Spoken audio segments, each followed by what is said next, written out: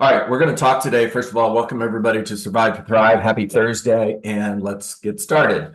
We're going to talk today about communication, and I am going to use two different models to speak to you about from in reference to communication. First of all, it's the DISC profile.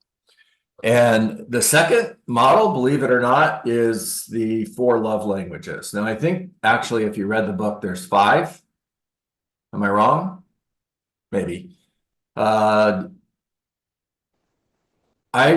use Five love language. okay, so I use, let's see, puppy dog, kitty cat, Tweety bird, and goldfish. That's 4. And you're probably going, what the heck? I promise it'll make sense in just a moment. Now, each one of those little animals stands for one of the love languages. And again, it'll make sense in a minute. And when I'm speaking love languages, I'm not just talking about your relationships. I'm talking about how you sell, how you communicate with people. It's important that you understand how this works. So in the DISC profile, first of all, raise your hand if you've done the DISC profile. All right, so I caught 3 hands. I saw Anna, Crystal, and Larry. So I'm going to take a guess that Anna is a high D and a high I. How'd I do, Anna? I've done one too. I just my camera's having technical difficulties right now. Okay. And Daryl, what's your DISC profile? I used to think I was a high D, but the recent one I did told me that I was a high I, and I won't disagree with it because it's some similarities between the high D and that high I. So yeah. All right. If you look at the DISC profile, and guys, sorry about the whiteboard. I wrote on it yesterday using permanent marker. So, all right. So if you look at the DISC profile, the way it'll show up is you've got D, I, S, C. And high means you're above the line. Low means you're below the line. Typically, you're going to have a leading characteristic. Let's say your D is a 95. All right. And your I is a 90. And then your S is down here somewhere, and your C is maybe not even relevant. All right. This is me, by the way. All right. I'm a 99D and a 98I. And S and C pretty much don't exist for me. Crystal, what was your DISC? You're on mute. High I and C. Yep. I get that. So that makes sense. I know you, and I can see the high I and the high C. Larry, did I already ask you? Oh, go ahead. No, it says a DI. Okay. All right.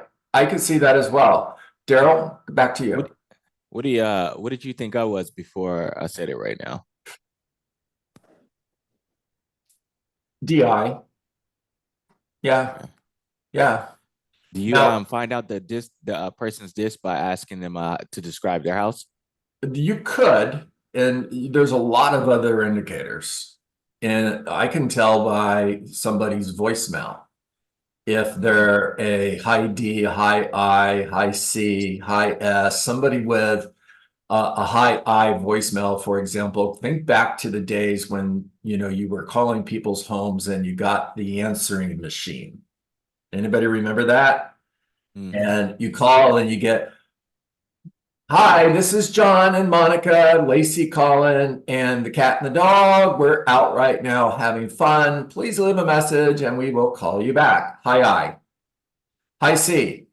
Thank you for calling John Dietz. Please leave a message, including your number. Repeat it twice, and I will call you back between 4 and 5. Hi, C. Hi, D. Leave a message. Okay.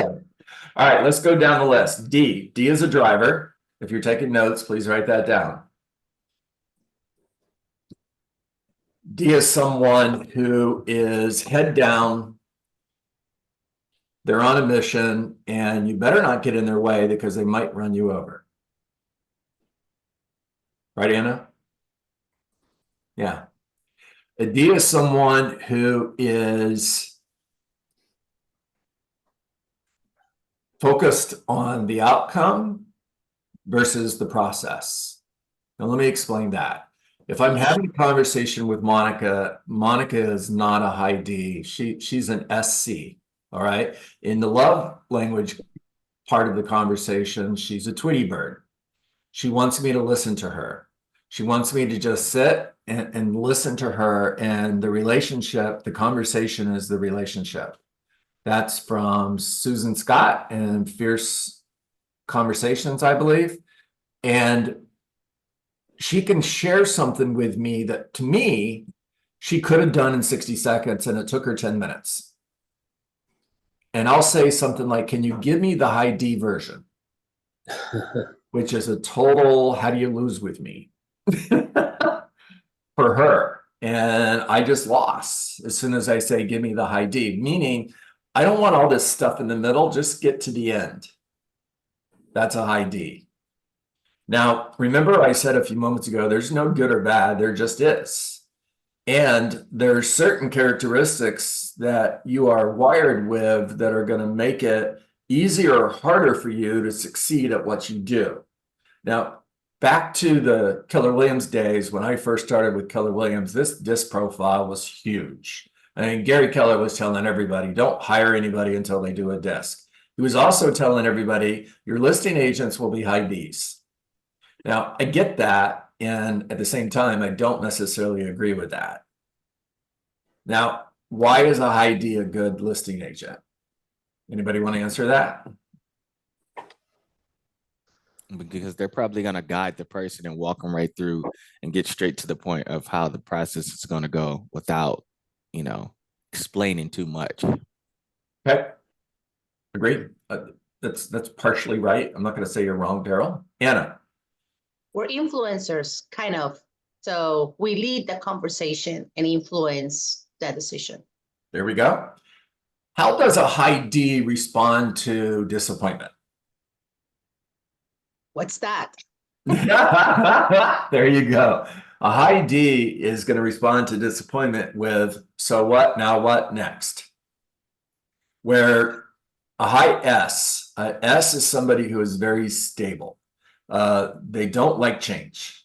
They're very steady, even, and a high S could respond to disappointment by withdrawing. Okay, a high S could be devastated by disappointment, where a high D, like Anna said, is what's that? And that was the reasoning. Remember, I'm not telling you I agree or disagree with any of these things. I'm just sharing. A high D is somebody who would fail in lead generation, and their response to that would be, so what, now what, next? Or they would go on a listing appointment and not get the listing, and it's so what, now what, next?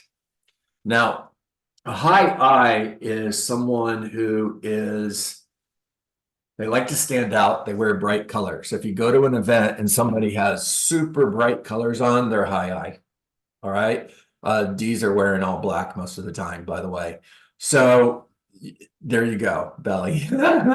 A high I is that person who loves to be in the spotlight. They love to be on stage. Everybody look at me, right? A high I is also that person who is going to be very conversational, and you know that you're going to be on the phone with them longer because they want to talk about your kids. They want to talk about the cat. They want to talk about the dog. They want to talk about the vacation you just went on. They want to talk about all of these things, which is great. And it's important, if you're communicating with a high I, you understand that. Because if you high D the conversation with an I, you're going to lose. If I'm sitting at the listing table with a high I and I don't understand this is how they communicate, and I want to high D the conversation, I'm going to lose. Now, a high C is analytical. They love list. They are very detail oriented. The high C is someone who's going to proofread the copies to make sure there's no mistakes. They're dotting I's, they're crossing T's. They are a system person. High C's love systems. High C's are great in an administrative role. They are great in a transaction coordinator role because they are going to absolutely make sure that everything got done. A high D is fine with skipping over things. A high D is like, well, that's just kind of in the way. That's not really a law, it's a suggestion. Now, does that mean a high C can't be a successful listing agent? Absolutely not. Of course they can. All right. Where a high I and a high D may have natural gifts of gab. In other words, they just talk. All right. They're influencers. Somebody said that earlier. And a high C may not naturally do that, but this is where scripts come in.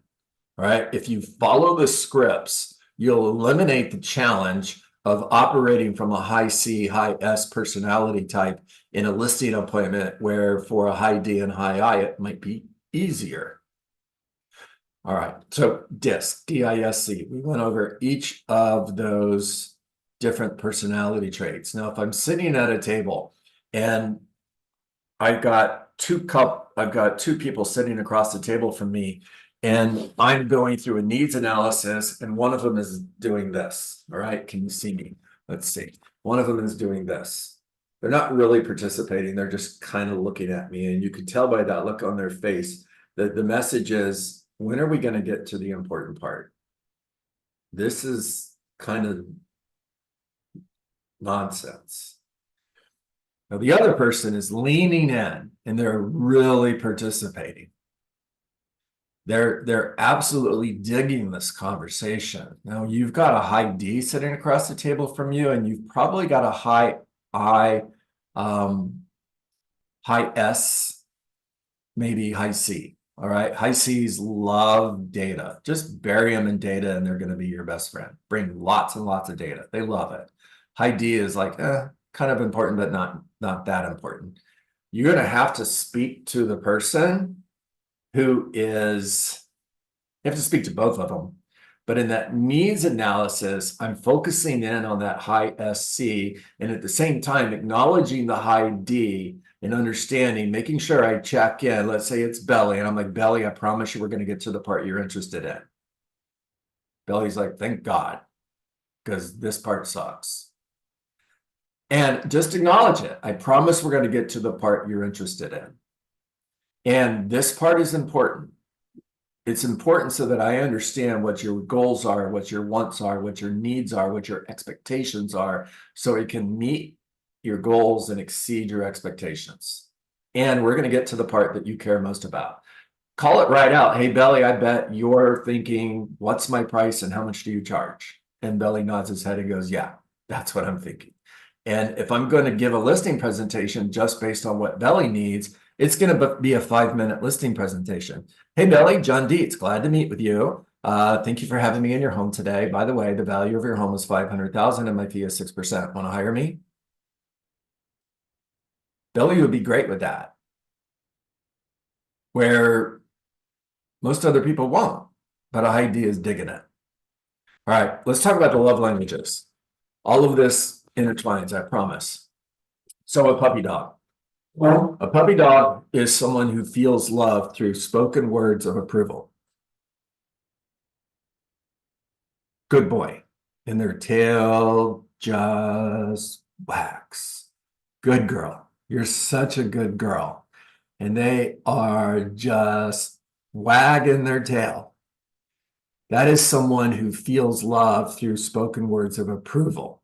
Where does a puppy dog line up on the disc? If you had to guess the DISC, which one of those personality characteristics is a puppy dog?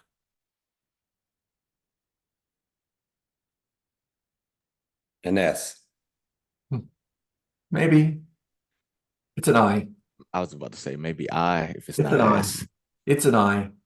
So when you're speaking to a high I, spoken words of approval work. Man, you have a beautiful house. Crystal, I just love the way you decorated your house. My goodness, you are really good at this. You would be a great home stager. I mean, this is picture perfect, Crystal. Way to go. I love the way your home looks. I'm talking to a puppy dog. Okay. Now, here's the downside to a puppy dog. If they feel love through spoken words of approval, what happens when somebody disapproves with a puppy dog? What does a puppy dog do when you're like, bad girl, bad boy? What do they do, guys? Hide and cower. Hide and cower. By the way, I'm a puppy dog. So when I do something, I'll go to Monica and I'll say, hey, did you notice that I trimmed the hedges? And she'll go, yeah. I'm a puppy dog, guys. What am I looking for? That's it. Right, Debbie. I'm looking for Approval. good boy. You're such a good husband. Thank you for doing that. I would stand on stage talking to, I don't know, it doesn't matter how many people are in the audience, okay? And I would come down from the stage and I'd sit next to Monica and I'd look at her and I go, how'd I do? And she's looking at me like, what are you talking about? You got a standing ovation. And my response, Crystal, would be, yeah, I know, but how did I do? Now, why is that, guys? Because when you're a puppy dog, you have one person that is super important to you, that you're looking to for that approval. All right. And that one person for me in that situation is Monica. The entire room can stand up and give me a standing ovation, but I want to hear Monica say, you were amazing. That was incredible. Holy cow. Because I'm a puppy dog. Now, if Monica is angry with me, I tuck my tail between my legs and I go hide under the couch. Right. Kitty cat. Kitty cat feels love through touch. A kitty cat doesn't really care if you say good boy, good girl. It's like, what the hell? Who cares? What do you mean? But if a kitty cat wants your love, what do? They'll come rub up against your leg. There it is. They'll come up and Yeah. they'll come up and rub against their leg and your leg. And what are they saying? They're saying, pet me, love me, pay attention to me. It's an S. It is someone who is an S is a kitty cat. Now, a Tweety bird doesn't want you to say good boy, good girl. They don't need you to pet it. They just want you to sit and listen to them sing. When you are meeting with a Tweety bird, it is really important that you listen. Remember, the conversation is the relationship. They are the star of the event, not you. They are the one who is on stage under the spotlight, not you. Now, you can make that conversation even better. Just throw in some, how did that make you feel? Then what did you say? What did she say? Holy cow, you're kidding me. Then what happened? And now the Tweety bird is just digging this conversation. Charlene, you getting this? I see Charlene over there smiling. She's like, yeah, I'm a Tweety bird. This is how I feel love. All right, there's a goldfish. Goldfish feels love through acts of favors and deeds. A goldfish doesn't need you to pet it. Holy cow. It doesn't care if you talk to it. Probably couldn't hear you if it did. Certainly doesn't need you to tell it it's a good boy or a good girl. Is like, who cares? A goldfish wants you to clean their bowl and straighten the castle. And feed them, clean the bowl, and straighten the castle. They feel love through deeds and favors. Now, if you have a goldfish in your life, how do you show love? Through deeds and favors. Now, here's the last thing, and then we're gonna break. We communicate in the way that we also want to be communicated with. So if I'm a high D, I communicate as a high D, but that's not always the best way to communicate if I'm talking to a high SC. I have to communicate in a way that they communicate. You know, the golden rule, treat people the way you want to be treated. Totally wrong. Treat people the way they want to be treated. So I'm communicating with people in a way that they communicate, not in the way that I communicate. So one of the things that I'll do, because I feel love through spoken words of approval, is I'll tell Monica how amazing she is. You're an amazing wife. Holy cow, I can't believe blah, blah, blah. And she's looking at me like, what's wrong with you? Right, Debbie? Mhm. Yeah, because she thinks there's something up. She's waiting for me to say I want to go play golf. That's what she's waiting for. She thinks I'm just buttering her up so I can say, hey, by the way, I want to go play golf, Joanne. And she's like, all Smart right, lady. right. What do you want? What do you want? I'm like, I don't want anything. I'm showing love the way that I feel love. And if you're speaking with somebody or you're working with somebody who communicates through favors and deeds, then it's important that you look for opportunities to make deposits in their lives. If it's a client, you look for opportunities to make deposits because that's how they communicate, through favors and deeds. All right. That's a wrap. What'd you guys hear? I have a question, John. Talk to me. Identifying who you're working with. How do you know if it's not obvious? Tonality. Somebody who is soft-spoken is not a high I, not a high D. Pay attention to detail. Someone who is, well, I'm very careful in what I say because I certainly don't want to offend anybody, but somebody who is long-winded, they take 5 minutes to share something with you that they could have shared with you in 60 seconds. They're high I. All right. Someone who is reading every line of the agreement. C. That's a high C. C. Claudia, talk to me. Anna, I'm coming to you next. I saw your hand go up. Claudia? I think it's Speak to also, me, speak to me like a D. I can, sorry, it's a There you barrier go. of language, There it goes. There it goes. Perfect example, by the way. but I get to the point Okay, anyways. let's do it. Eventually. Eventually. Joanne, I think, body language means a lot too. Mhm. Okay, and body language will tell you a lot if you don't have a lot of interaction with that person. So I think that's the easiest way at the beginning, and then eventually the more they talk and everything, you can analyze the different letters, the different type of personality. That's what I will say. Love it. And I'm a high I and low C and a little bit of S too. Yep, could have. I mean, nobody here is surprised, by the way. Listen and watch. Yeah.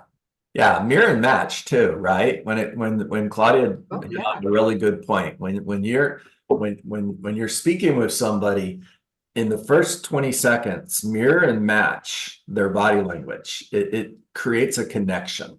It says we're connected, we're alike. Now, that doesn't mean that you mirror and match the entire time, because that's weird. All you have to do is mirror and match right at the beginning. Okay. Anna, talk to me. I just wanted to share that I do have a link for the disc profile. I'll share it over with you so that you can send to the entire team. You're so the that best. everybody can have it done. Yeah, you're the best. Yeah. Hey, Anna, what is Belly? What's his disc? I actually just sent it to him. Okay. Billy has a little bit of a D, but I think he also likes a structure. So he has a C in his personality. Mm. And yeah, but we're getting to know him better. For those of you who started with Keller Williams, you know who is a DC is Gary Keller. And DCs are very interesting people, Belly. I heard you have a dominant one. Your dominant one is the one that you are. And then sometimes you have that secondary and you're that under stress. Yeah. Or sometimes you're more of your dominant one under stress. No, it's 100% true. And you have a natural, and you also have one that and I'm looking for the word and I can't think of the word. You have one that is, you have I'm a natural 98D, 99D, but in most situations I'll show up at about an 80 because I bring my D down intentionally, because I know that if I'm always a 99D, I'm going to come across as arrogant. I'm going to come across as cocky. I'm going to come across as somebody who thinks they know everything, who's not open to other opinions. So I bring it down. Now, you're right. Under stress, my opinion, I don't know if I'm right, but under stress, everybody's D goes up. I'll tell you what I heard today, what I got out of the conversation today, though, towards the end, is that I've been dropping the ball forever with my wife because she needs to be told that she's beautiful, but I'm seeing this beautiful face every day, you know? Who does she need to hear it from, Daryl? She needs to hear it from me. There you go, my friend. Right. There you go. And you can't say it enough. Belly, talk to me. Yeah, if I may, two things. Number one, I think about this situation about the D and C and all that. I think you mentioned something about everyone would change based on the situation and accommodate to make sure have a better outcome. In my opinion, that I don't know. I haven't taken that test. Quite frankly, I will. I'm curious. I don't know. I guess I will find out something new myself. Great. And gentlemen, Daryl, for the wife. Unfortunately, we are different human beings, male and females, and their affection is different. The females needs to hear all the time, you know, Right. and we males, you know, perceive the love differently than the females. So unfortunately, you have to say, I love you every day. And you say, thank you. And that's the majority of the time they hear that and they appreciate that.